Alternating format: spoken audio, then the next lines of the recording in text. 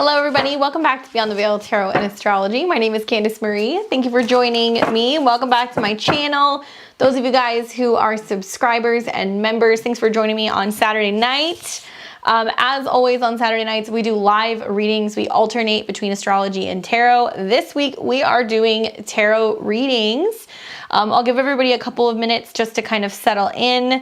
We've got a couple people who are in the queue, and hopefully we don't have any whammies or any issues with the stream this evening. Those of you guys who are new to my channel, do me a favor, click the subscribe and the bell button. Follow the channel so you get alerted when I have new content. I'm a Western astrologer. I actually practice Western astrology, a little bit of evolutionary astrology with tarot and clairvoyant readings. If you're new, this is how you go about booking a reading. Right here, you're going to see a QR code. If you are watching on a screen or a tablet or a desktop, you can actually scan that. You can go directly into donations for readings. We are charging $20 donation for one card, so it's a $20 minimum. $40 for a 3-card spread. Ask whatever you'd like. We're going to be doing the readings publicly in this forum. If you send me a PayPal donation, please let me know if your name differs from your screen name on YouTube. Also, in the memo box, you can put whatever your question is. Sometimes people want to remain anonymous. Just give me that heads up and let me know. If you're a level 3 subscriber, you're the real MVPs. Obviously, you're more than welcome to cash in on your reading. That's the beauty of being a level 3 subscriber. You're going to get one reading from me once a month during these lives on Saturdays. You can choose tarot or astrology. If you want to join, you can join and you can cash in on that reading now. So it looks like we've got Deanna. What's up, girl? I will definitely do your reading. Thank you, Kurt. I see you. You're definitely going to be in the queue. Deanna, let me know what your question is. Happy to read for you. In the meantime, I'm going to say thank you and give a shout out to all of my level 2 and 3 subscribers. Jackie, Catherine Murray, Angeli, Deanna, Herazed, Nancy Celerito, Phoenix, Jessica Martinez, Emma, and Susan Wexler. Thank all of you guys so much for supporting the channel. Those of you guys who've been watching the channel. In the last year, we've seen subscribers double, which is kind of a big deal. Even though we're just kind of getting close to 4,000, we've seen that double, which is awesome. And those of you guys who have been donating, sometimes we get donations, sometimes we get people who want to become members, or people who also just want to participate in the lives. All of that money goes towards creating more content. So now we're putting out live streams on Saturdays, every Saturday. Every Sunday, you're going to get astro weather. We talk about the astrology for the week. We go in depth into some of the most important transits, including new moons, full moons, major astrological events. And I've been doing content in the weekday period also, and giving you guys just more insight into things. Sometimes it's continuing education, sometimes it's me just reflecting on transits. This week we talked all about Saturn. We did a video that was about Saturn return. I reflected on my Saturn return and talked to you guys about the 10 things that I wish that I had known, or that I recommend if you're having a Saturn return. And just yesterday I put out a video on Saturn return in Aquarius, and I talked about it all through the years. So if you're like 28, 29, 30, you're going through your Saturn return, check it out. If you're on your second Saturn return and you're watching it, check it out. And I'm really excited because tomorrow when we do the astro weather, I'm going to talk all about the spring equinox and what's happening and what the chart looks like and what it's kind of showing us for this next season. So as always, thank you guys for your likes, your comments, your shares, and your subscriptions. I appreciate it. What's going on, Micah? All right, so let me just do a refresh. So we've got Deanna, I've also got Alana and Maggie that are in the queue, followed by Kurt, who sent 2 questions. So thank you guys. We've also got Brandon that's hanging out. What's up, Brandon? Thank you guys for your patience. If I miss you, please let me know. Otherwise, let's go ahead and get into the readings. Deanna says, hey, is this business venture gonna pan out? Love life? My coworkers in her Saturn return recommended the video. Thank you very much. Some very, very unusual Saturn aspects for those of you guys having Saturn returns. It's square Pluto and in square to Uranus. So it is wild.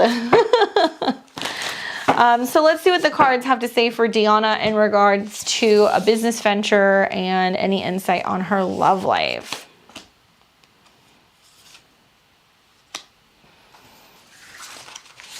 Thank you, Victoria. We've got you in the queue.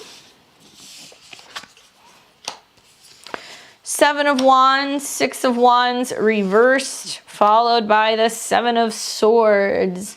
Interesting that you got 2 sevens. That tells me that, you know, kind of wrapping up with the 7 of Swords. I mean, that's basically telling me flat out, be cautious, be careful. Obviously, that's a card that can sometimes deal with like betrayal. I don't like saying that, but it's like, can I trust the situation?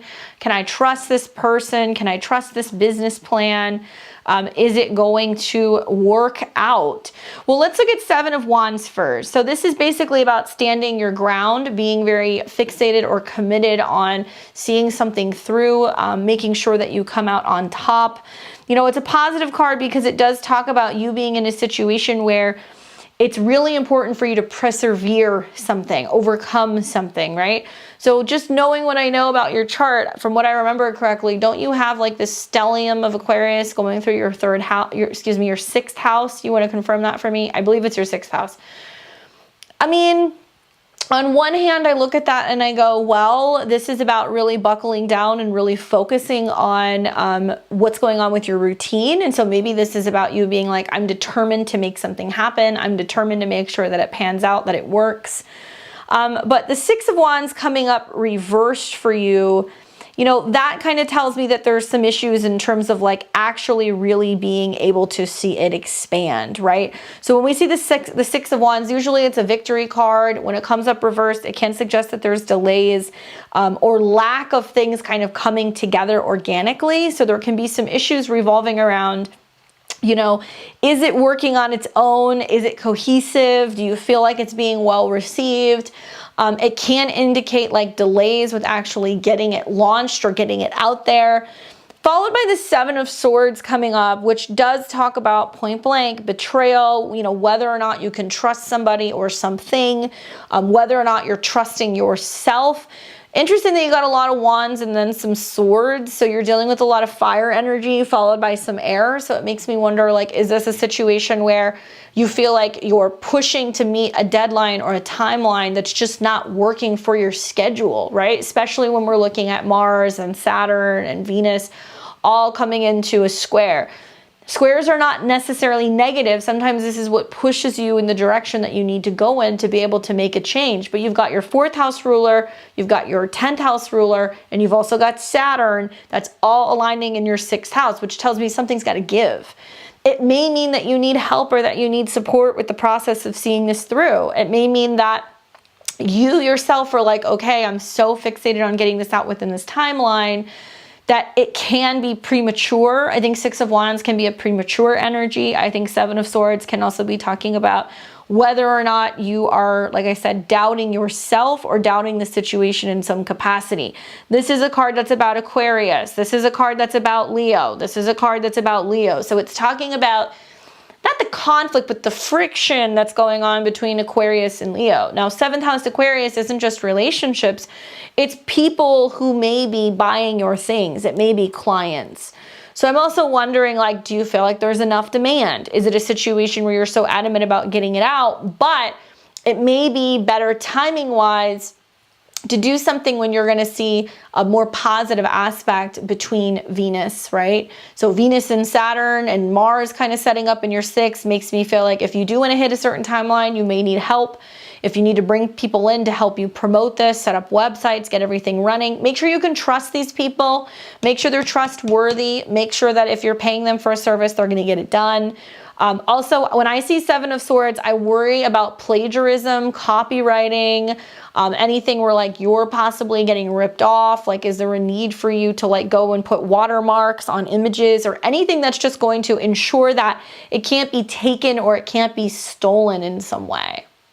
Trying to get launched by the end of the month. It's just taking time, and normally I'd give up, but I'm really patient with it. So here's just food for thought.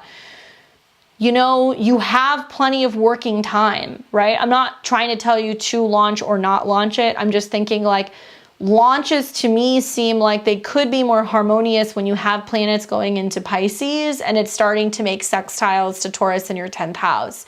So yeah, the sun's been there, but you know, we want to see planets like Venus or Mars get there and start sextiling Uranus, which isn't going to be that long. You could wait until Venus comes into a sextile with Uranus. You could look for those transits. You could also wait until after the new moon. That's going to be an eclipse. That's going to be in Taurus. Now that one is going to be nice. I like that one. I've looked at it. It's conjunct Uranus. It's a new beginning. And it does tell me that there is definitely going to be a need for some of your services or what you have to offer. So if you're hitting some roadblocks here over the next 6-7 weeks, because that's what it's looking like to me, don't just push through. I would say this to anybody who is a fixed sign, sun, moon, or rising. You're going to see some situations where just timing and like friction and just kind of seeing stuff not quite come together. And really do your due diligence to make sure that you have people who can really help work with you when it comes to actually launching this. Like I think of all the transits going through your 6th house where, you know, maybe you need somebody to help you set up a website. Maybe you need somebody to teach you about like promoting it and really making sure that you're going to make sales.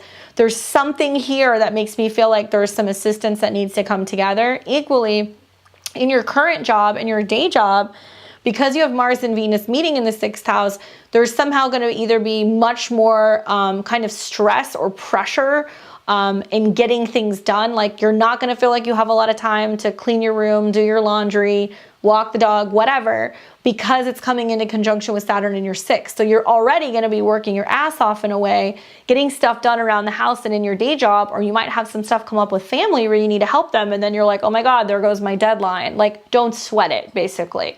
What I love about the transits that are coming over the next couple of weeks is that the missing puzzle pieces are going to start showing up, especially for a Leo rising. Very interesting time.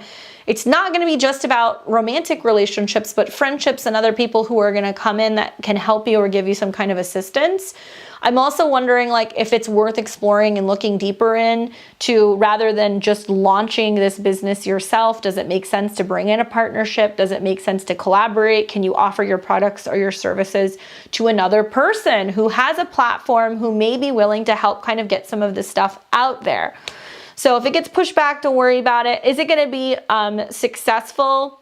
I don't see anything coming up saying that it's going to fail. I see stuff coming up talking about more like doubt and whether or not you're working with people who are really like assisting you. You know, 6 and 7 of Swords is like overcoming some stuff, but this can also be some disappointments with just kind of feeling like you overlooked things or that something got left behind. So like 7 of Swords can also be like, you create the website, you put everything together, you get it launched, everything's good, and then you realize like, oh, there's this thing that needs to be tweaked and it would have actually made the sales of the product better or would have actually made this more user-friendly. Oh, how did I forget that? Take your time. If you feel like you're being rushed, take time. I have someone setting up the website, but I need other help. And let me tell you something. The transits for the next 2 weeks are just going to keep on keeping on. The Mars, Saturn, Venus, and Aquarius is like it takes a team to make something happen.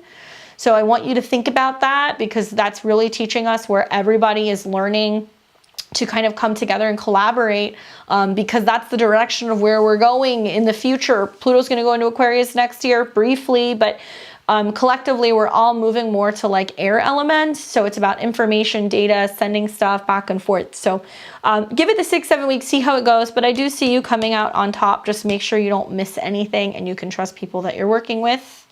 Hopefully that's helpful. Let me know. What kind of a business are you starting? Do you want to shout that out and let us know what you're doing? Would love to hear.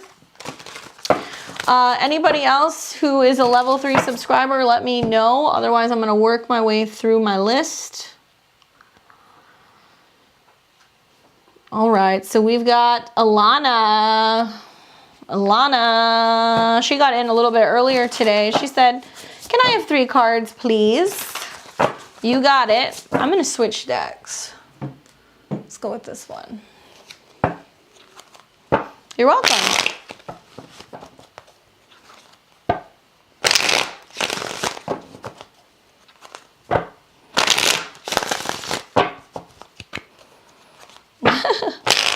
Thank you, Wendy. It's always nice to see you. How you doing? All right, so let's see what Alana pulls. 3 of Swords reversed, 10 of Swords, 7 of Pentacles reversed. Looks like it's like a little bit of a timeout going on right now. You know, Three of Swords coming up reversed is really talking about coming out of a situation where you feel like you've been healing or recovering, dealing with loss, dealing with regret, anything that's going on in regards to like working through heartbreak or disappointments. Three of Swords obviously is one of the rougher cards that you can pull in the deck, but one thing I would say is like we definitely want to see it when it's coming up in a reversal. So it's saying like, hi, pulling the swords out of my heart, moving on from this disappointing situation, been a little frustrating, really letting certain things end. We've got another sword coming up here with the 10 of Swords, and that's about completing the cycle. Now it is upright, so it does say like, oh, it's over, I've moved on, I'm recovering, I'm letting something go.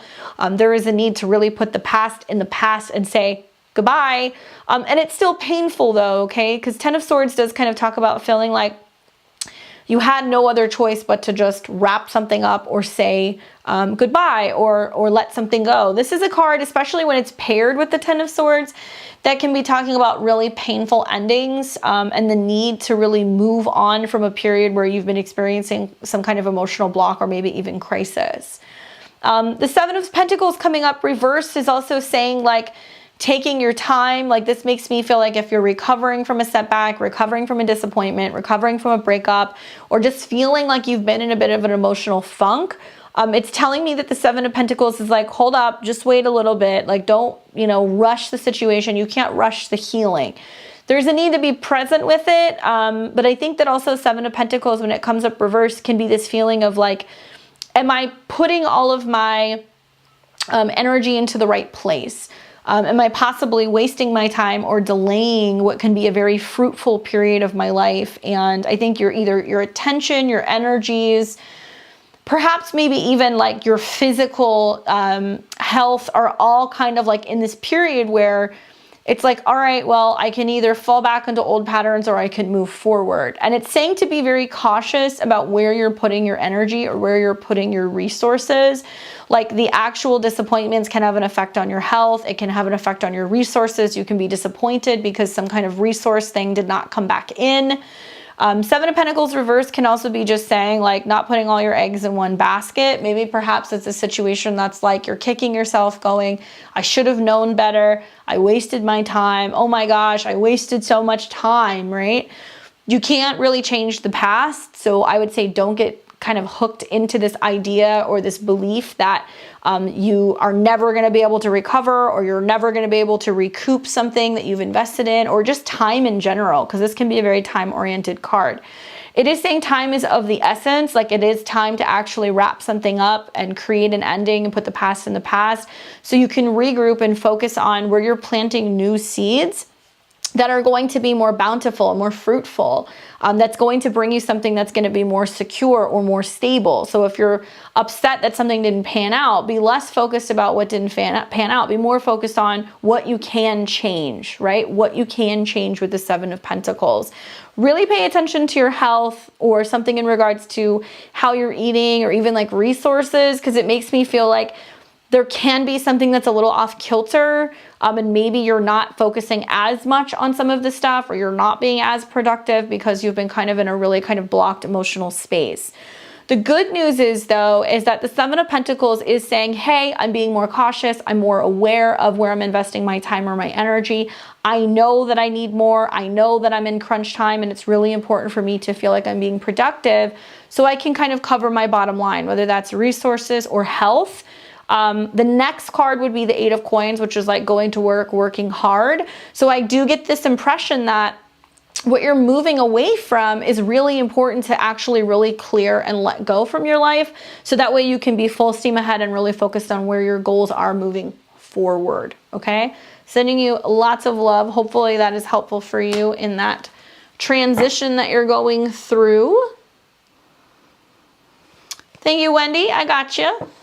Intuitive life coaching and jewelry for astrological stuff. I love that. Let me know when you put your jewelry out. I would love to see that. I think of, for Deanna, of just like who you can collaborate with, or like other people who you may reach out to who could promote your services. So that's food for thought. All right, so we've got Maggie. Maggie says, thank you, with a fairy. You're welcome. Let's take a look and let's pull a card for you, Maggie.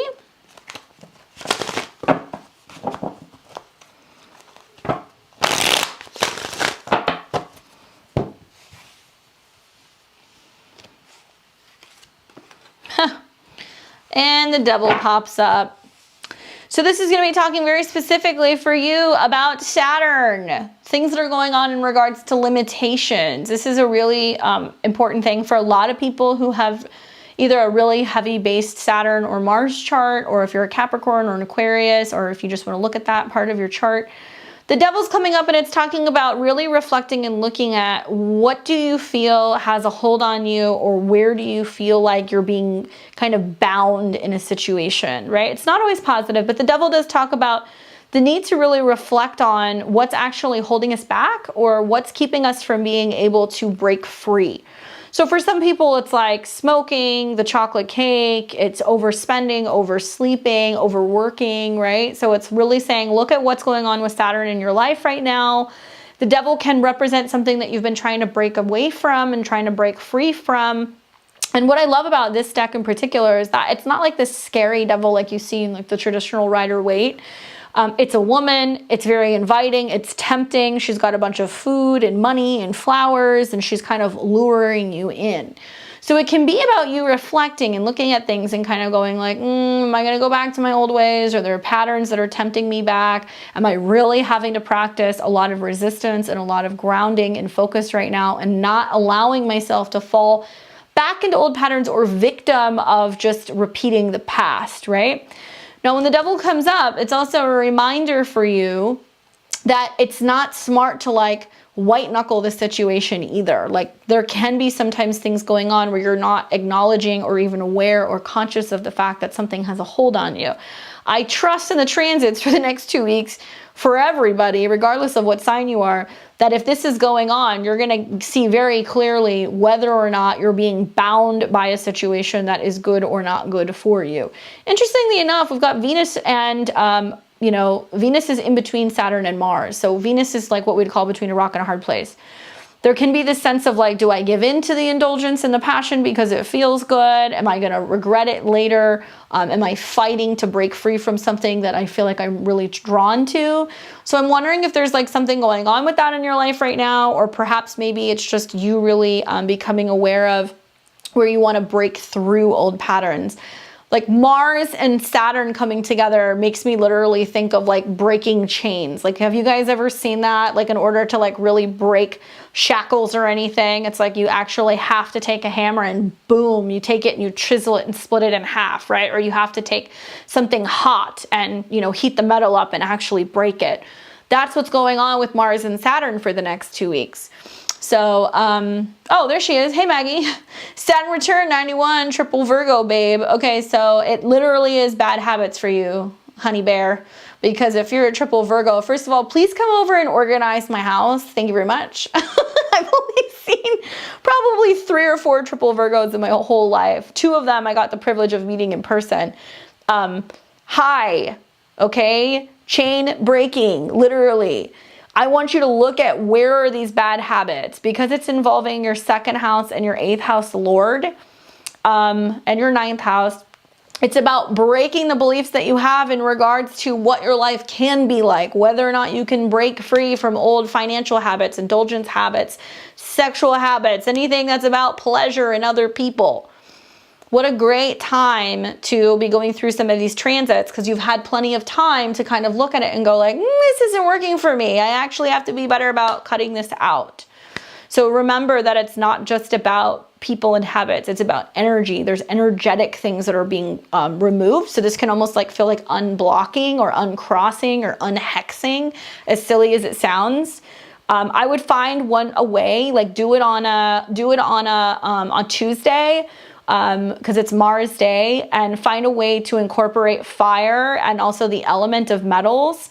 Maybe it's like, taking some tin foil and putting it on an altar and writing out all the things that you're banishing, and then put some salt and like dried lemon and then like burn it and be like, okay, that's done. You can do uncrossing baths, you can do uncrossing incense, but there is a sense of really clearing everything out right now. Yeah, I literally feel all the karma lately. Well, it's also in a square to your Pluto.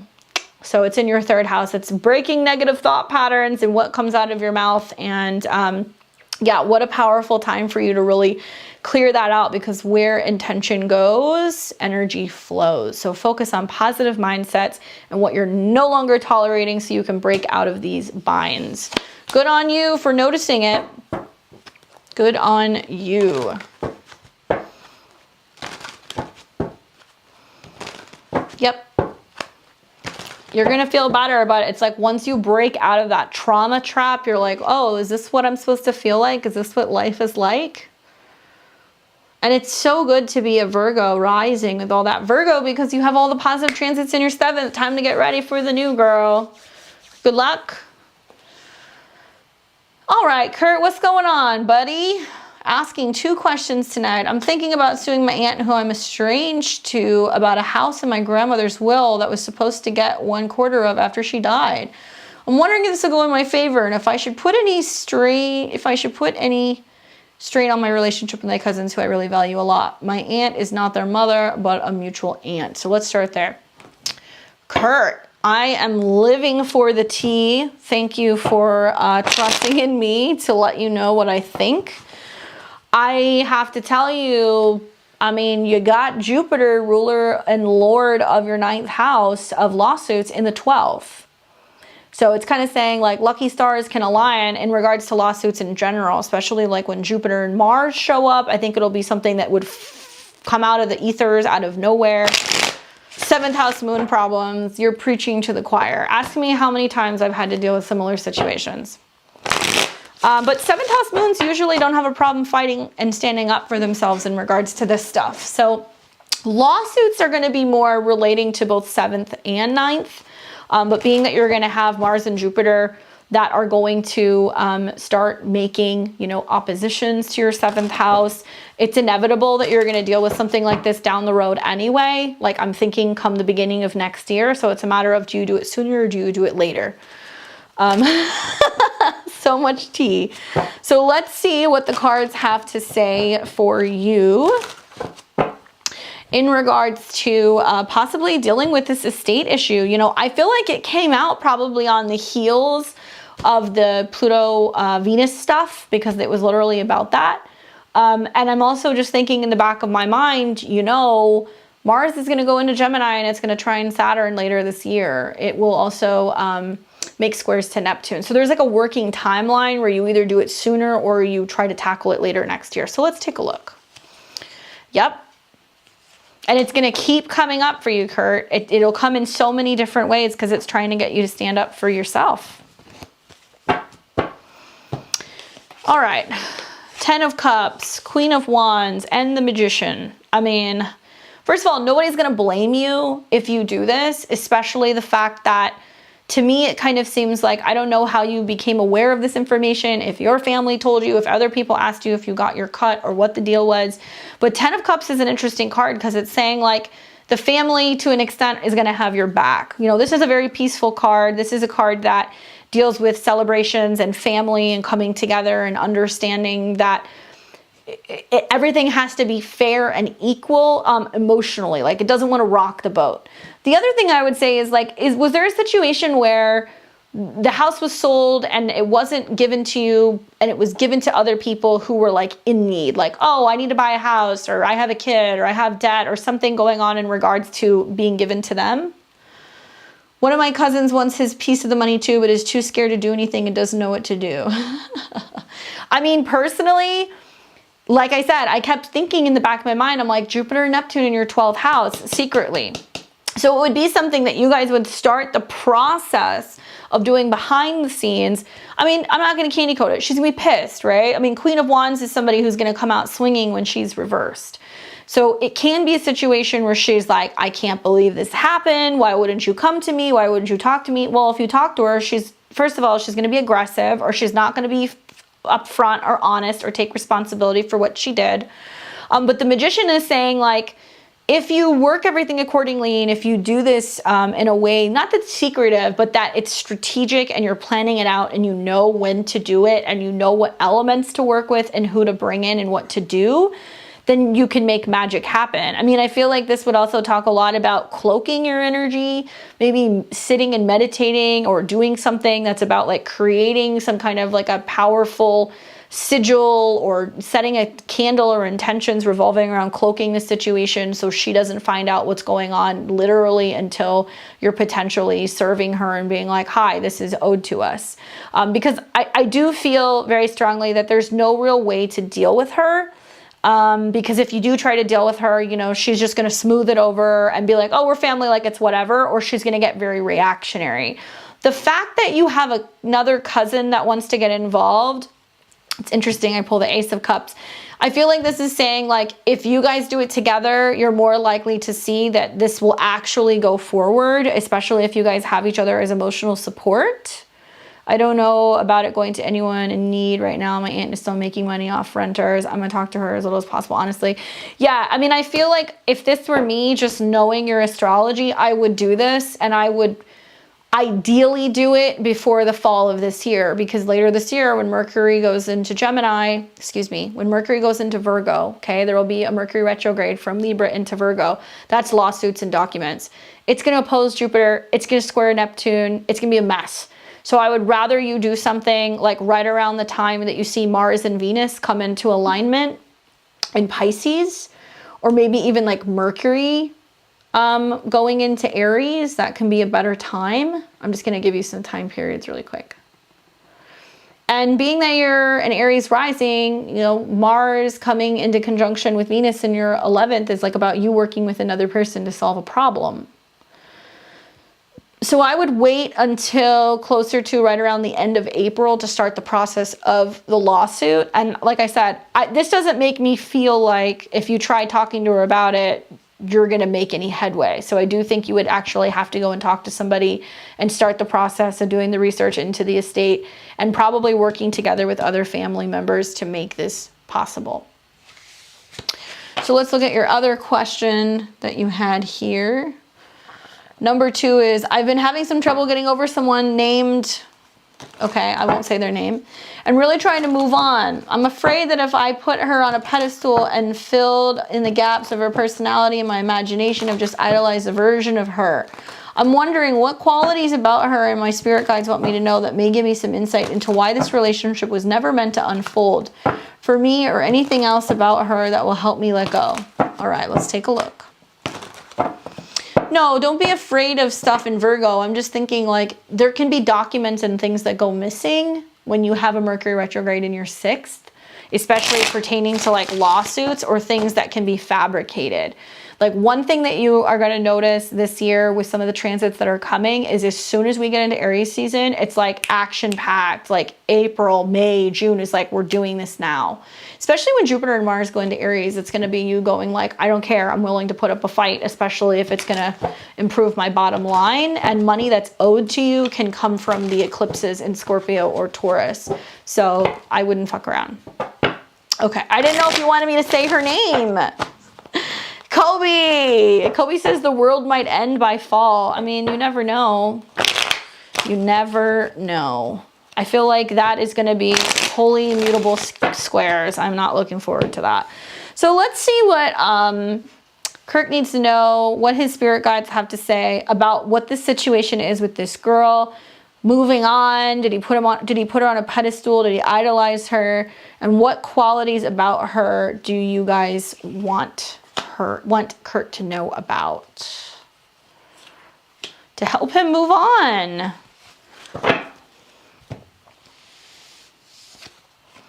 The Moon, the Tower, the Wheel of Fortune reversed. You just got bitch slapped by the tarot card. How does that feel? Guys, there's 22 majors in the deck. If you're pulling 3 when you're asking a question, it's like they want you to know something now. So the Moon coming up reversed is like, not everything is what it seems, kid. Like there can be this sense of like, this isn't even an overly idealizing. It's just saying you were not told everything. You were not shown everything. Maybe she didn't show all of her personality. When the moon comes up reversed, there can be some sense of like, sometimes paranoia, sometimes seeing into things or reading into things that are not what it seems. The only way I can connect this is like basically saying, like, if you were looking at a pond, right, or like a pool of water, and you see a reflection and you're like, oh, that's my reflection, and then you take a rock and you throw it in, and then the whole thing is like rippled and thrown off, and you're like, wait, this is all distorted. That's the moon reversed. So it's saying that you're looking into something and maybe you think you see reflections of yourself, when in reality that's not really the case. Kind of hard when you have a 7th house moon. Emotionally, you relate to people. Lots of people come and go in and out of your life, and you see connections that may seem familiar because it's your shadow self, right? But I feel like the moon reverse is like, no, you're not really missing anything. Like, this would have been something that I think would have taken you down the wrong path. It would have made you question, you know, eventually, like, what was I seeing in that person? It could have led to some like real mental, emotional issues. Even now, like, there's something very bewitching about the moon card reverse. So that can be the situation that's like, why does this person have a hold on me? What the hell did they do? Like, why can't I get them out of my dreams? Like, why am I thinking about them? What's the deal?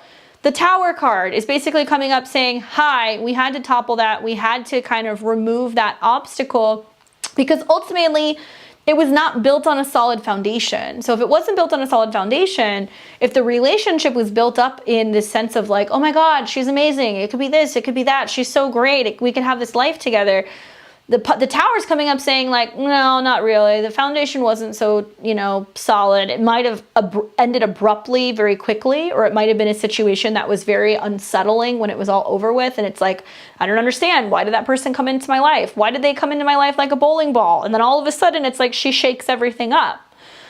Then we have Wheel of Fortune. So Wheel of Fortune's coming up. It's reversed. It's saying, listen, the wheel spins. Sometimes it's in your favor. Sometimes it's not. All in all, Wheel of Fortune is still positive, okay? You may feel like, man, is this like me? Is there something wrong with me? Am I jinxed? Is there been a stroke of bad luck? Like, why can't I catch a break? Being in Aries rising, all the transits going now through your 12th house is you're clearing stuff, right? Mars is going to be there soon. Neptune, Jupiter's there. Venus. I feel like because you have Venus and Jupiter coming into conjunction in your 12th house, and Mars will be there too, there is another romantic connection on the way that's much more spiritually inclined. I think it's kind of saying to look at the situation like, whew, I dodged a bullet with that one. Like, thank God that didn't work out. And clearly I had to learn a lesson there because I needed to realize that this person really wasn't giving me what my heart and soul needed. And it actually, if I had stayed a little bit longer or stayed in that connection longer, can you imagine just feeling the way that you're feeling now if you were with her 6 months down the road, a year down the road, and then you find out that it's not who you thought it was? It's going to be even harder to get over. So I think the Tower coming in with the Wheel of Fortune is like, okay, we toppled everything over. Yes, it was difficult. Yes, you got your hopes up and you got your heart crushed, but probably the best thing that could have happened because there's something else better that's coming in. So it's also reminding you to look with the Wheel of Fortune and kind of see it in a sense that's like, oh, maybe the universe is holding out and it has something better for me. Possibly. You're in your Saturn's return, right? At least from what I thought. Maybe you have Saturn in Pisces. Remind me. Actually, I think you have Saturn in Pisces. So there is this sense of needing to focus more on what's going on with you personally behind the scenes first. And I think the Venus-Jupiter conjunction makes me feel like you're going to meet somebody who's going to be a lot more spiritually inclined, a lot more aware, a lot more conscious. Because I think the Moon card in the Tower can be a woman literally acting out very unconsciously, like not aware that she's acting out, lashing out, not treating people efficiently. Maybe she's gone through some kind of trauma. Oh, okay, it is Pisces. That's what I thought. So, I mean, honestly, Venus and Saturn coming together with Jupiter and your 12th, I feel like as you're going through the process of continuing your education, you're going to meet somebody else who is spiritually, psychologically, emotionally a little bit more available than this particular person.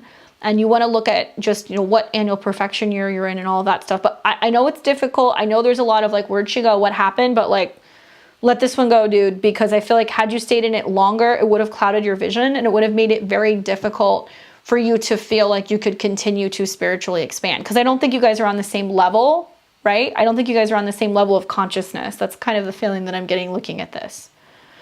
And don't think that she's like onto greener pastures, because this is kind of saying she may feel in a way emotionally stranded or keeping people at a distance and not allowing people to get too close to her. So there can be this sense of even when you're with her or you're around her, she's not letting people in. You know what I'm saying? On to bigger, better things, boo-boo. Let me know how it goes with that auntie of yours. I hope you get what is rightfully yours. You might want to look into like a court case candle or something, like a brown candle. You can work with like Saint Expedite for processing documents and paperwork, or like Little John root can be really good when you're working with anything in regards to court or legal matters. Mercury too. Mercury is your friend. You can give offerings to Mercury. Big sister. Oh man, Maggie, you have a daughter with the same big 3 as me. She is gonna be fierce. All right, so let's see. What's up, Brandon? I know you're hanging around here somewhere. Sure thing, Fiona. I'll add you onto my list. I've got Brandon, Heart of Justice, and Janae. So you would be after that. All right, Brandon, let's see. General reading, please. What do the cards have in store for you, Brandon?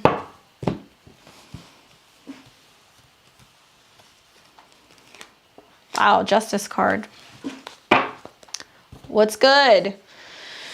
I mean, karmic balance, weighing options right now. A lot of looking at things and asking yourself, does this stay or does this go? Is this equal? Is this fair? But I think this is also interesting, just knowing your chart. You know, you've got all those transits that are happening that are going through Aquarius right now. I remember. Also in your 11th house, which is about give and take. I think this is also talking about karmic law and effect. That if you're asking for support, people are coming in. What you're putting into the world is what you're getting out of it. It can be a time where there is a lot more emphasis going on with Venus. So you want to be watching what's going on with Venus right now. If you're a Mars chart, so if you're a Aries rising or a Scorpio rising, to be honest with you, the Venus-Saturn conjunctions I think are really great, because it's saying that you're having more commitment and support that are coming from partnerships. So for an Aries rising, you've got your 2nd and your 7th house Lord, people you can depend on, people that you can hold on to, people that are going to have your back. I also feel like, you know, Venus can kind of temper some of the flames of Mars, and it can have you realize that there are some people that are coming into your life right now, and it's super karmic, and that they're here to be able to bring you more balance into your life. But justice also can be talking about similar to judgment. It's not quite as severe as judgment, but justice can be talking about, you know, really kind of having the karmic wheel spin and things going in your favor, or things that are being set up. So that way you are almost being repaid for karmic debt, or vice versa. I don't know if that makes sense. This does deal a lot with Venus. It also deals a lot with Libra. So Libra placements can be coming in big time for you right now, or people who want to partner with you in general. I think that just personally for this coming up for like an Aries rising, this can also be talking a lot about realizing that friendship is just as equally as important as romantic love and relationships. That if you're not really looking for that right now, then there can be a lot of balance and harmony that can be brought in. And it's a lot of how you can help other people and how other people can help you. Keep your eyes out for a lot of Libra placements. Yeah, good karma. It's not like judgment reversed, okay? If it was judgment reversed, I'd be like, better keep your nose clean. That's not really what this is. This is actually saying that things are coming to you based off of what you're putting out there. So I want you to be thinking about that and be aware of your energy, how you're speaking to people, how you're moving in the world. Are you paying things forward? Are you also equally wanting to collaborate with other people? We've talked a couple times, and it seems like in the consciousness department, you're all there. There is just this sense of right now, I think, learning that if you're not really going in the direction of relationships, that's okay. It's not all about romantic relationships. Sometimes it can just be about companionship. And when the Justice card comes up, you're going to bring people who can give that to you, but it needs to be a fair exchange. Hopefully that's helpful. Wendy, yes, I saw you. For some reason, it's not popping up here, so give me a second. Is it going to be under your name, Wendy? Because it's not coming up. Did you send it to that link? let me know if it went through, if you have a PayPal receipt, because I don't have it on my end, but we can work it out, don't worry.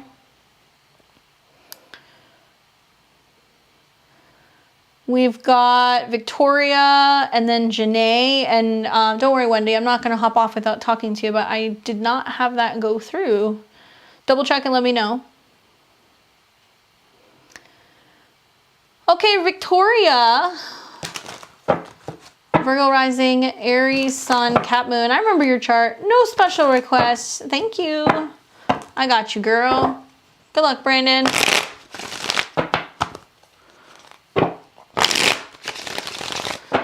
All right, so let's see what comes up for you, my dear. Thanks, Wendy. I'll check it. 8 of Swords. Moving out of situations where you feel stuck, where you feel limited, where you're having a difficult time getting your voice out, communicating, sharing. This is a very mental card, right? Like, to me, this is like Mars in Gemini. It could be planets going through your 8th house. Obviously, knowing your astrology, you know, you definitely have some energy going there or later this year when planets start to ingress and go into your 8th house. The sun's going to be there tomorrow. So there's a lot that's kind of setting up that's about, well, what do I change? And how do I start orchestrating change? And how does change start with how I communicate or what I think about and my perspective of where I'm limited? Sometimes it's about addressing fears. Sometimes it's about finally kind of breaking out of situations where you have felt stagnant or you have felt alone. This card relates very specifically, though, to being aware of your fears and where that limits you from even taking the very first steps to breaking out of old patterns or breaking out of old habits. So keep in mind, the next would be the 9 of Swords. So there can be situations that are weighing heavy on your mind right now that you're like, do I say something? Do I not say something? What do I do? Do I speak out? This can also be limitations with support from other people when it comes to publishing, writing, getting a message out, feeling like you're getting enough responses. So I don't know if you're feeling a little blocked there. Just knowing what I know about your chart, I mean, you know, all of this energy that's also hanging out in your 6th house. It's like, are people helping me or am I alone on this island all by myself? Notice that in this card, her hands are tied up and she's looking off to the distance and she's like, okay, how am I going to get out of this situation? So you may also feel like your hands are being tied by being of service to other people, that it's hard for you to communicate and speak out and even ask for help yourself. So I would say be mindful of what's going on thought-wise and what you're thinking about and how you're communicating. And if you feel like you're in a pickle or if you feel like you're stuck, it's important for you to ask for help as well. It can't always be about you helping other people. For all Virgo risings in the next month, there's going to be a lot of this stuff coming up where you feel bound by a situation, a schedule, a pattern, a habit, a job, and you need some assistance. So speak out because it can help you kind of really clear out some of this energy where you have felt stuck or alone. Hopefully that's helpful. Wendy, I got you, girl. No worries. Second time's the charm. We'll go ahead and get you, Wendy, and then I've got Janae. We're going to call last call here, guys, in the next 10 minutes. So if you want to get your readings in, please consider doing that. All right, Wendy.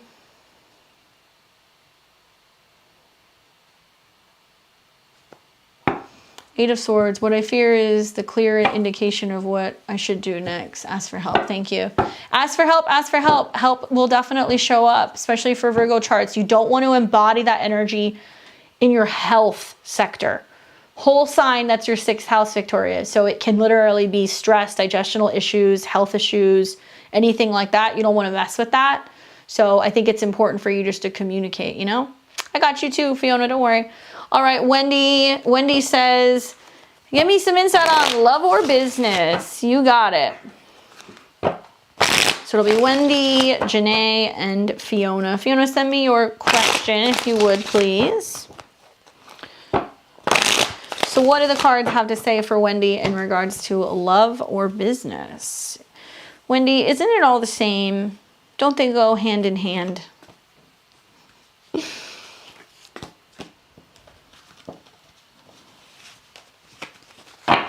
Let's see what the cards say for you, Wendy. 7 of Swords reversed, 5 of Wands reversed, 9 of Cups. Looks like somebody's giving you shit, but you're going to get your way. What's the sneakiness going on, Wendy? What was unveiled here? Somebody either, and I remember I've read for you, I think in the last month or so, what's happened? Was there any kind of situation that really came about in regards to whether or not you can trust somebody's intentions or what they told you they were going to do? Seven of Swords reversed is like somebody getting called on their bullshit. It's unveiling and like seeing that somebody wasn't being completely honest or forthcoming, or that somebody was trying to be a little slick. But it was unveiled, it was seen. Or you have some kind of information or proof, or maybe you're reviewing something. It can be documents, it can be a conversation. And then we have the Five of Wands. So the Five of Wands, when it comes up reversed, it's saying like, there's no sense in fighting this. Like you might actually really have a just cause to be able to be like, hi, this is not kosher. This is not what we agreed on.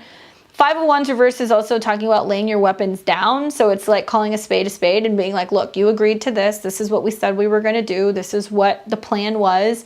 And you diverted from that plan and you did something that was either behind my back, not completely honest, or you weren't going to tell me that you had ulterior motives. So I'm wondering how this played out. I quit trusting and called everyone out and bossed up on myself. Well, hi, Nine of Cups. And you went at it in a way that's very interesting. It's not confrontational, right? Five of Wands would be like, hi, you know, you kind of bullshitted me. So now we're going to kind of, you know, have it out and we're going to get into like some kind of a conflict or a fight or a verbal yelling match. But Five of Wands was like, no, this is not even going to be a thing. We're not going to turn this into a thing. So you really did handle it super maturely. Good for you.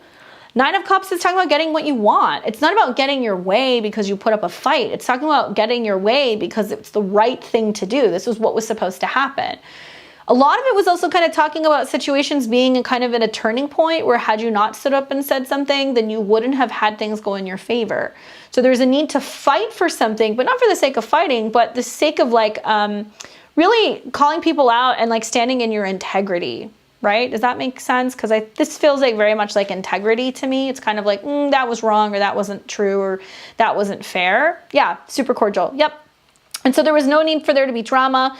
Nine of Cups is coming up saying, hey, you're going to get your way, or you're going to get your wish, or things are going to go in your favor. It's going to play out. You're going to be really happy with the fact that you said something and you stood up for yourself. Once again, reoccurring theme here for everybody. If you're not fighting for your right to party, it's very Beastie Boys, Mars and Venus and Saturn and Aquarius. You got to fight for stuff, right? Not fight in a sense of conflict, but it's communication, it's intellectual, it's just speaking up and standing up for yourself or for your truths. So when you do that, you end up coming out victorious. Unfortunately, there's not a lot of stuff here in regards to relationships. It can be saying that you're celebrating the accomplishment and the fact that things went in your favor. So there in turn, you're in a better mood. Maybe you celebrate, you go and you treat yourself, you go out and have a nice dinner, or you celebrate, you know, on your own. But there's not a lot of like relationship stuff in the air, at least right now. But nevertheless, I would say I do see it continuing to go well. Continue this path of peaceful resolution, if at all possible, because I think that that's really, really, really, really important. Okay, hopefully that's helpful. Hey, Kayla Ann, what's going on? Nice to see you. So I've got Janae and I've also got Fiona. So let me take Fiona. Just a 3-card general reading, please. Contemplating buying a new house, and I'm not sure if I should wait. Anything home or love related would be helpful. So let's see what the cards have to say in regards to possibly buying a new home. And if there's anything that comes up also about love. Libra rising sister. All right, so let's take a look.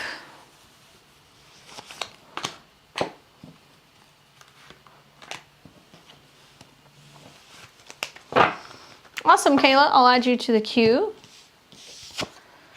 The Chariot, the Judgment reversed, the Queen of Swords. I would play a little hard to get when it comes to buying this house. Although I do think you're actually going to move, I kind of get the impression that where you're being tested right now is like, okay, do I make a decision and move swiftly? Because it would have to be very quick. The Chariot does talk about some kind of venture, moving houses, picking up, going somewhere else. Is it going to be further away than where you're used to living? Is it a completely different place? Is it the other side of town? Like, where is it? Because this can be quite a venture with the Chariot coming up. The Judgment reversed is reminding you, be careful. It can feel like there is patterns that are repeating, or that maybe you've been in a situation like this before, or maybe you did quickly move in the past, or you've had the opportunity and it didn't go so well. It was kind of bumpy. The fact that Mars and Venus are trining your ascendant, I think, is the reason why it's like, boom, okay, I could move now very suddenly. But Judgment reversed is saying, like, situations are coming up right now that involve moving, because this is a topic that keeps coming up. So it's coming up to basically say, listen, you're gonna finally pull the trigger and you're gonna move, or are you gonna keep coming back to this? Because eventually you will. Judgment reverse says this is something that needs to happen. Cool, you sold your house already, congrats.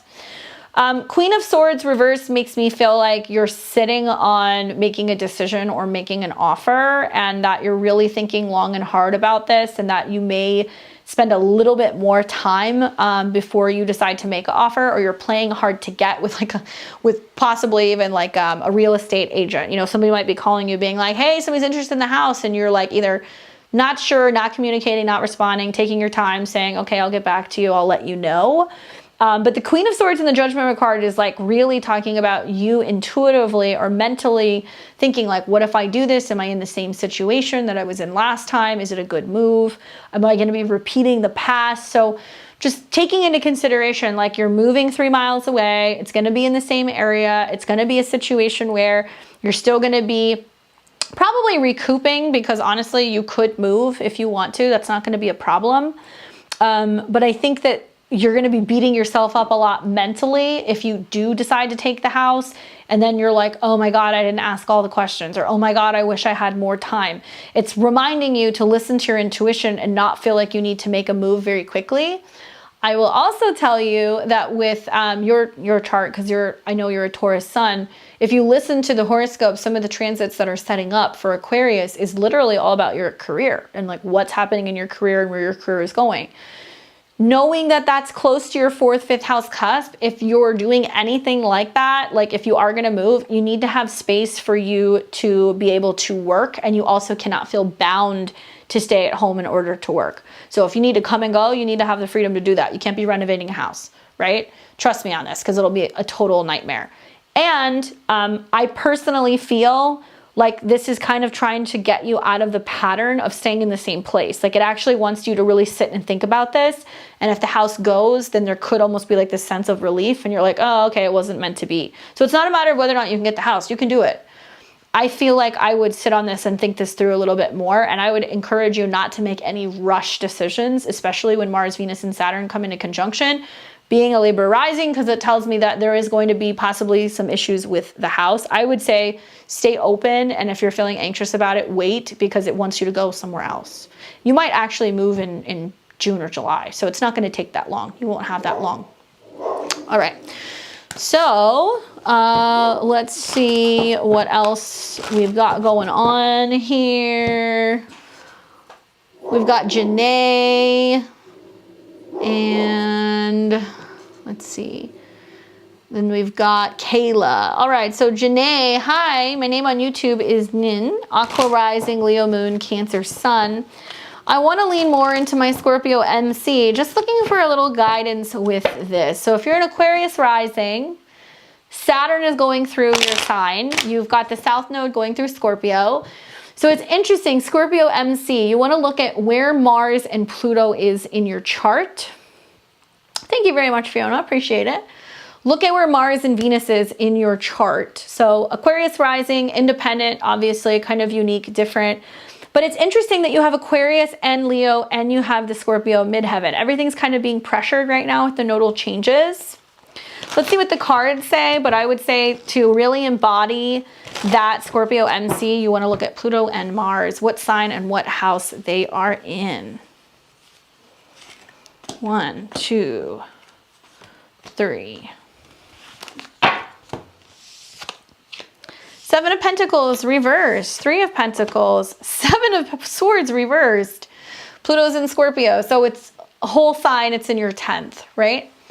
So if you're a Scorpio midheaven, or if you have like a Pluto on your MC or within your 10th house or anything like that, okay, cool, Mars in the 6th. So this tells me that it's really going to be more so about anything that's going to make you feel empowered, anything that's going to allow you to deal with transformation, psychological, occult, metaphysical. I've seen a lot of people with Scorpio MCs that work in the metaphysical field. I've seen some people that are mediums, some people that do taxes, some people that work at funeral homes. It really depends. So having Mars being the ruler of your 10th house along with Pluto, and it's located in the 6th, helping people change and transform, helping people move through changes with health or wellness or within their jobs. You can also be somebody who can almost like work as like a recruiter and help place people in powerful positions. But I think it's interesting because these cards are saying that you're going through a shift right now, and there's like a lot of reevaluating, like, what do I want to do with my career? You know, what should I be doing for a living? Where do I put my time or my energy when it comes to what I'm doing for work? Seven of Pentacles reverse tells me that you don't want to feel like you're spinning your wheels, or there is a sense of you really wanting to take your time and like nurture. It's interesting because you're kind of at this turning point where actually the North Node is in Taurus. That's in your 4th house right now. So it's about home, roots, the past, intuitive development. And the South Node transit is hitting your Pluto. So it's about letting go of feeling like you need to be powerful and in the spotlight, going deeper and doing more work in regards to what's going on with you internally within your home and developing your psychic intuition abilities. Now, 3 of Pentacles is coming up. So it is saying that this relates very specifically to job changes and what you're good at. It's a little complex because it sounds like you have a trine to some extent, you know, happening from Mars to Pluto. So if it's in your 6th house, is it in Virgo? Is that correct? Is it in Virgo or is it in Leo? It's going to be one of those two.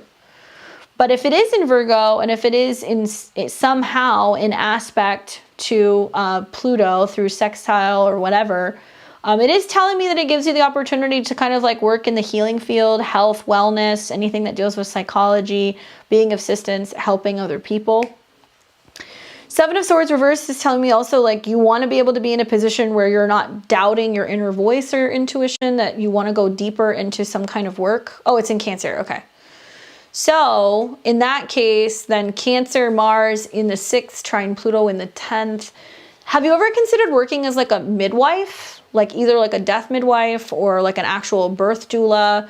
Have you had any interest in doing anything in regards to psychic clearing, healing, maybe even like feng shui, because you have Mars in Cancer? Just food for thought.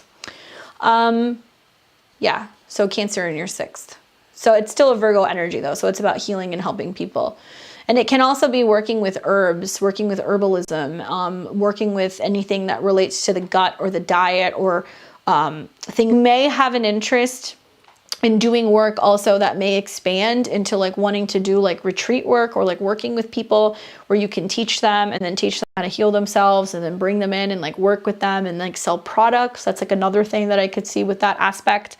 But Pluto is like the alchemist, right? So it's cool that you're going through this period where you're like, okay, what do I want to do? What am I here to work on? And I think it's being activated because those of you guys who have Pluto and Scorpio, Jupiter is trining. So you want to look at where Jupiter is in your chart right now. What is it saying? Being an Aquarius rising, it's hanging out in your 2nd house, which is developing talents. Things like tinctures, perfumes, herbal balms, working with cannabis, working with liquids, or anything that can be healing. I think it has to go hand in hand, because Mars being in your 6th is like, well, I do healing work, but I also make and I teach something, right? I used to teach classes and read tarot. Yep. I've considered being a death midwife. That's really nice because Mars in Cancer is about the birthing energy with the trine to Pluto and also Jupiter in your 2nd. So I would say maybe, you know, do a little research. It may interest you to do anything in regards to products. I would definitely look into herbalism, just knowing that the North Node's going through your 10th. But the shop stopped holding classes during my Saturn return. Yeah, well, Saturn squared Pluto, so it's now saying it's time for you to develop your own resources. Fortunately, unfortunately. I would keep on with it though, and I feel like I would learn more about like the intuitive development or anything in relation to herbalism and like that kind of studies. So it's going to round that out and give you more to build off of rather than just being like, oh, I'm a midwife. And if you do decide to do any kind of midwifery stuff, that's really cool, I think, with Saturn square Pluto, that you're there to help usher people in through times of crisis and change. I went through a death midwife program. I did it a couple years ago, and I did it for several years, and I worked with people who are transitioning. And I think that you have to have really strong Scorpio or Pluto placement to be able to do that, but you definitely have the chops.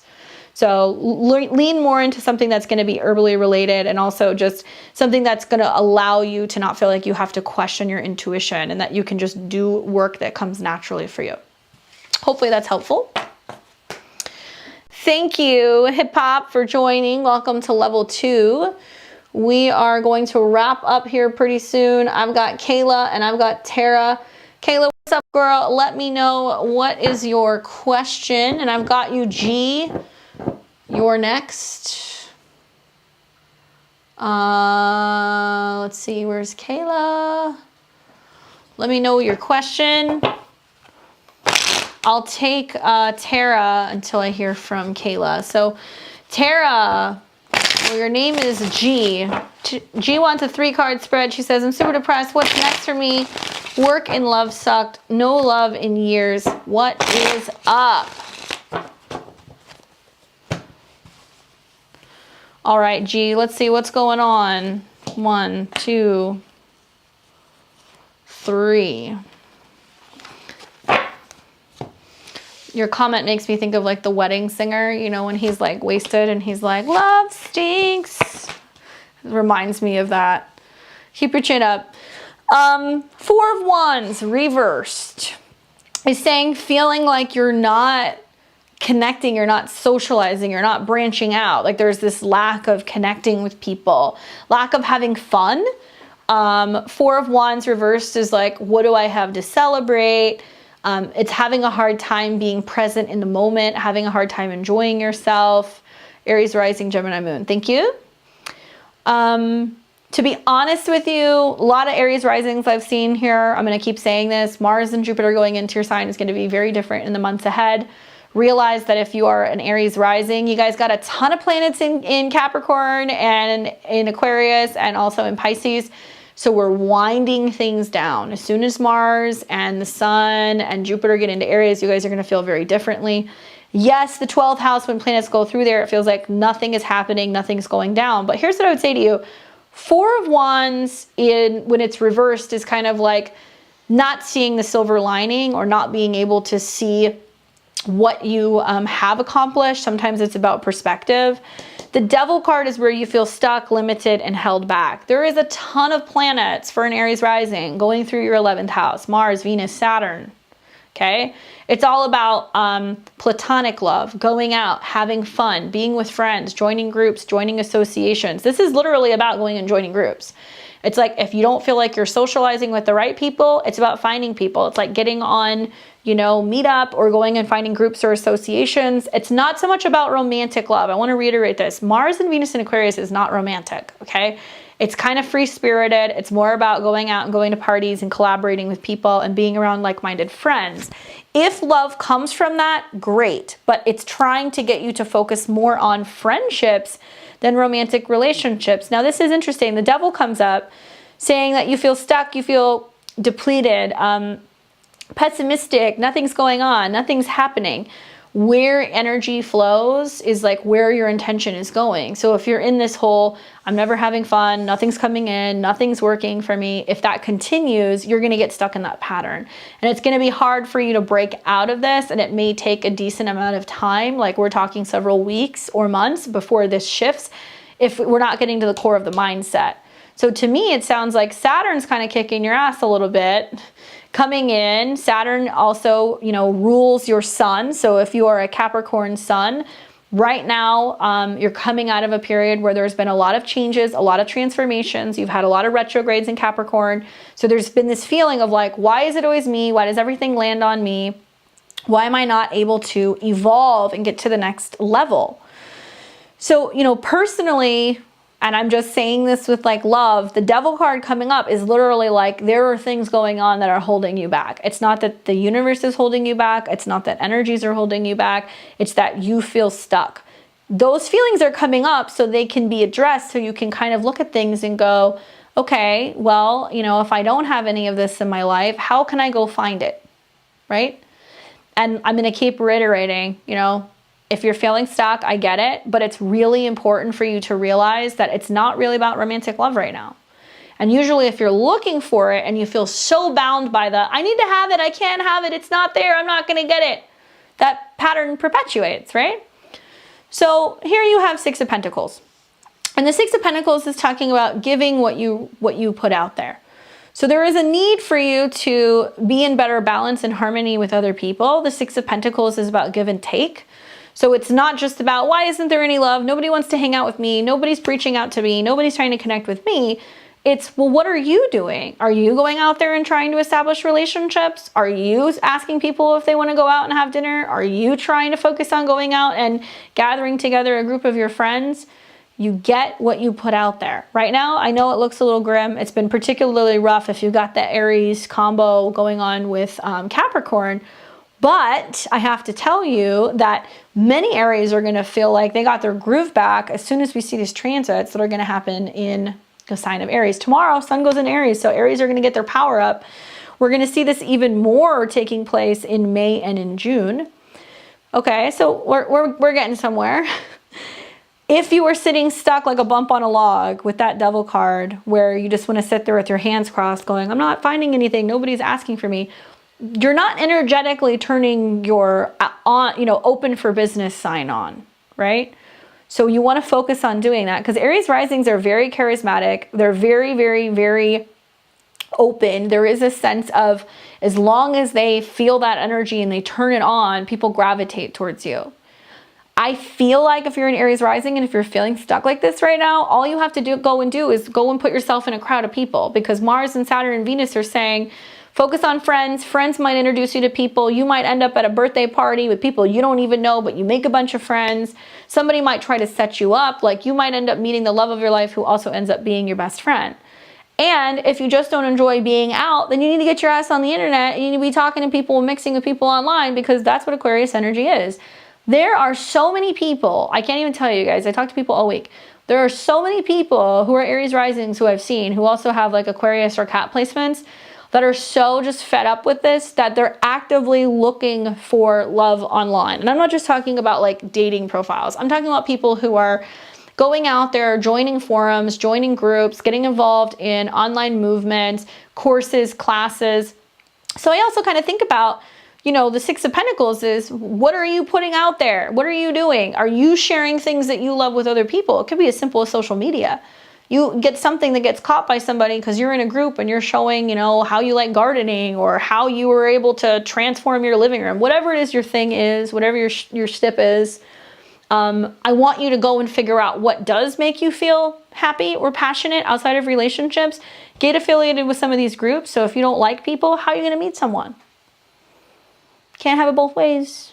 You got to do something. You got to break out of the pattern. You got to break out of the habit of just wanting to do the Capricorn thing, which is like, I'm going to hang out by myself, or I'm going to work, or it needs to come to me.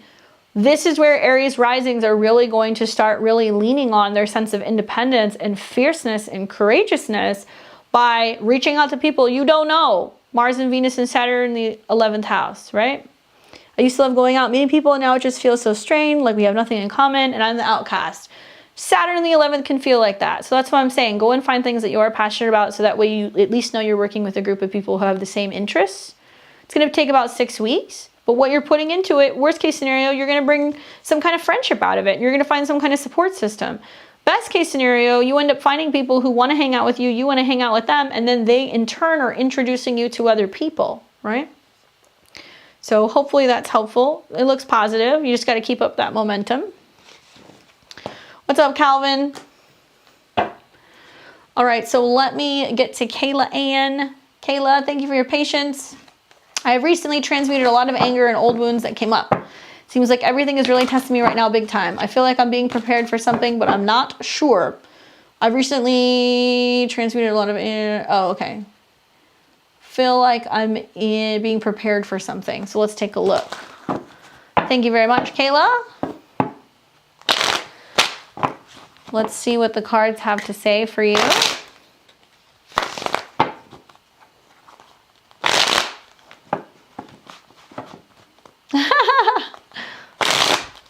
Thank you for joining. I appreciate it. All right, so let's see. What is Kayla Ann being prepared for? Big props to her for transmuting a lot of anger. That seems to be the theory with all these, the theme, excuse me, with all these transits between Mars and Saturn. Wow, those two came out. So did that one. Six of Wands, Two of Wands, Seven of Cups. Six of Wands is being victorious at the task at hand, being well received. I think it's less about transmuting anger because of expecting some kind of immediate result. I think it's more about the accomplishment and getting to the other side of going like, wow, I can get so much done when I'm not really putting so much focus and emphasis on anger, pain, regret, remorse, resentment, right? It's like you realize how heavy that is, and you realize that you can actually carry on and carry forward and get a lot more done when you're not dealing with that. Food for thought. Two of Wands is like kind of like going, whoa, now I'm clearing, you know, I'm wiping the windshield and I can see clearly. Like now I'm focused on where I'm going. So these are positive cards. I think the Seven of Cups is like, okay, but why am I having to push so hard? When this card comes up reversed, it's like confused. It's also saying that it's trying to do this so that way you can have more clarity intuitively, maybe in your dreams. Maybe it's about, you know, staying super excited and optimistic about what the future may hold. When you're dealing with the Seven of Cups, nothing is clear. And when it's reversed, it's even more confusing because you feel like you want to pick a direction in where your life is going, or you want to know what the reason or the purpose was for all of this energetic stirring of the pot that's been going on. This card jumped out, the Wheel of Fortune. So it's actually saying you have to clear this energy because where you're going, you can't take it with you, right? Literally or figuratively. Six of Wands and Two of Wands is like saying like, you're going to be victorious. You've lightened your load. Where you're going, you can't take the anger with you. There was no other choice other than to forgive because it was the only way to be able to proceed forward. Yes, the future does not seem clear. Yes, it's kind of confusing why all of this would come at you very suddenly, but it's literally because you're leveling up. The Wheel of Fortune is saying, we want to give you something new. We want to give you something that is going to be enjoyable, but for you to be able to receive it, we have to clear all of this energy that's been creating a lot of this like confusion in your mood or like frustration and like not knowing where it's coming from. Maybe they were things that were deep-seated inside of you that you realized after you unearthed them, like, wow, this is like creating some blocks for me and it's harder for me to differentiate my energy from other people. So I'm just going to cut it off at the source and move forward.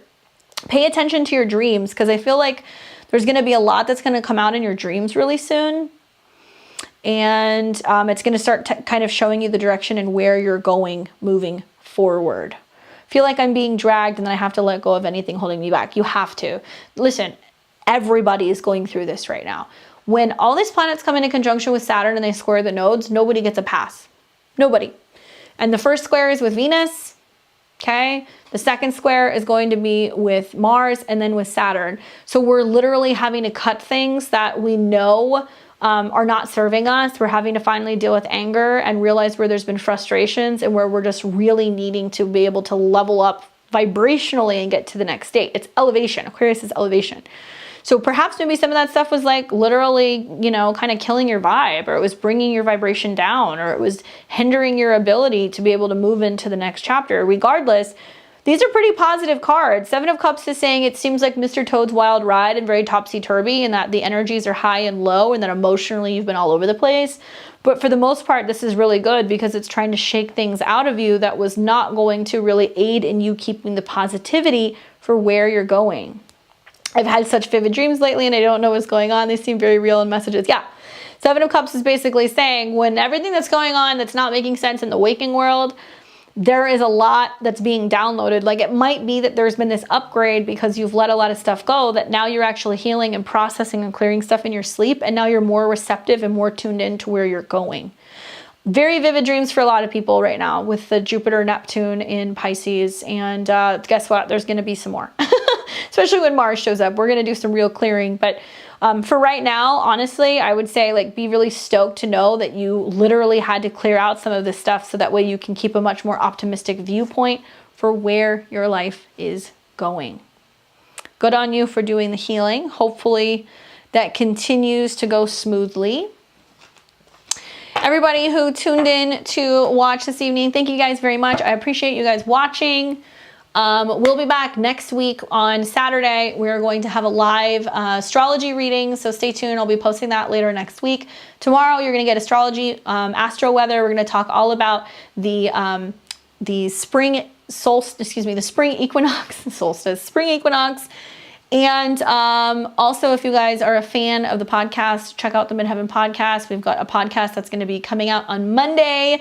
The Peace Dealer and I talk all about these karmic conjunctions. Like we go in on it and we do like a whole hour talking about the energies and why it's playing out and what it could mean collectively. It ended up turning into a 2-episode special. So if you want more insight into like how that's affecting you, make sure that you're watching the Midheaven podcast. Otherwise, you want to book a reading with me? I've got some openings in May, so you can check out my links below and my website at beyondtheveiledtarot.com if you want to get a reading, full hour, half hour. I also do Saturn return readings, and if you guys want to learn astrology, if you want to study astrology with me as well, I put out my course last week. It's almost completely filled. I only have a couple spots left. So I'm teaching Beginners Astrology 101. Check out the links below and my website. It's going to start April 3rd. I'm going to be teaching Beginners Astrology from the beginning, 7 classes. It's going to be over 14 hours of lecture, interactive, where we're going to do it on Zoom with all of the students. I'm really looking forward to this. I have not taught Beginners Astrology in a couple years, and I'm super stoked to be back. So if you want to do that, check that out as well. Otherwise, I'll catch all of you guys tomorrow. Enjoy the rest of your weekend. Have a very happy and safe Saturday night. Take care.